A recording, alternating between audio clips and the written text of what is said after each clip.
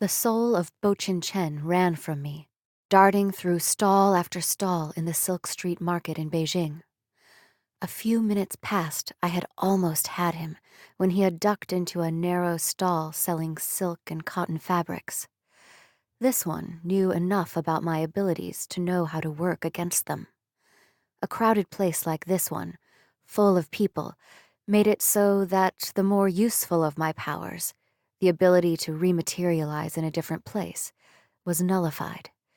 Disappearing and reappearing among the shoppers would only cause panic and confusion, and while that did not really matter overmuch to me, I disliked drawing attention to myself. I would save that handy little trick for when I would actually benefit from it. So he stuck to the crowded areas, and I followed him, stalking quickly on foot like a mere mortal while he played his games. I was beginning to lose my patience. We had been playing this particular game for over an hour.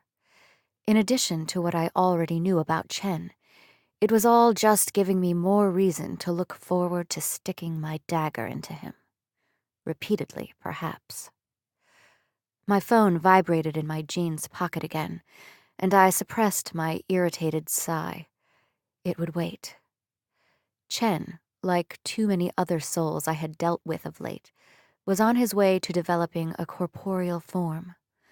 I now knew that a few of my own sisters, the other guardians who I had assumed dead, were partially behind the effort to raise an army of undead to use against my friend, my queen, the goddess of death.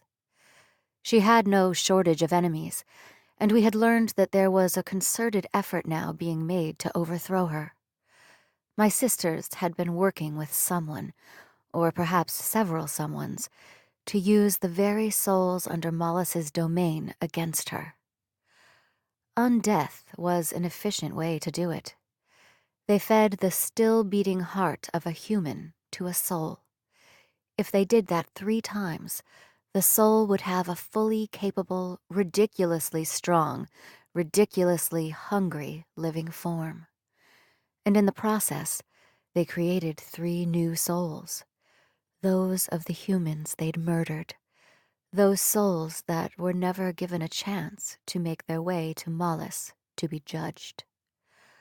All of it weakened my queen, and our enemies knew it.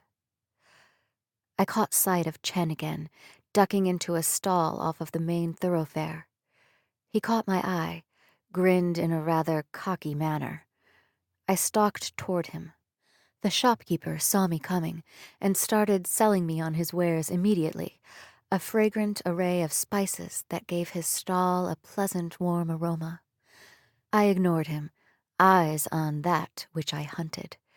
If I moved quickly enough, I could get a hand on Chen and rematerialize us elsewhere to finish what I needed to do. Humans tended to panic when I stabbed at what looked like thin air with my netherblade. I had learned that lesson the hard way countless years ago. It was best to do any stabbing that was required in private, and there was always stabbing required. I made my move, sweeping my hand out while the shopkeeper continued chattering on, and Chen dodged to the side and did something I had never seen a soul do before.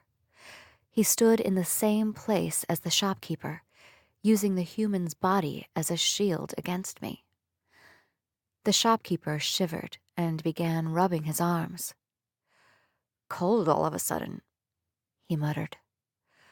I stared at the soul of Chen, whose face, to my sight, was like a transparent layer over the face of the shopkeeper. While the shopkeeper shivered and muttered, Chen grinned. It was an infamous grin, and I had to admit that, knowing that, I only found his smiling more disconcerting. Most of the souls I was hunting for Mollis were murderers, serial murderers. Some had also been serial rapists, and usually they had murdered their victims as well. Chen, though, Chen was different. In his day, he had been known as the happy sadist. Torture, unspeakable pain and suffering, That had been his thing.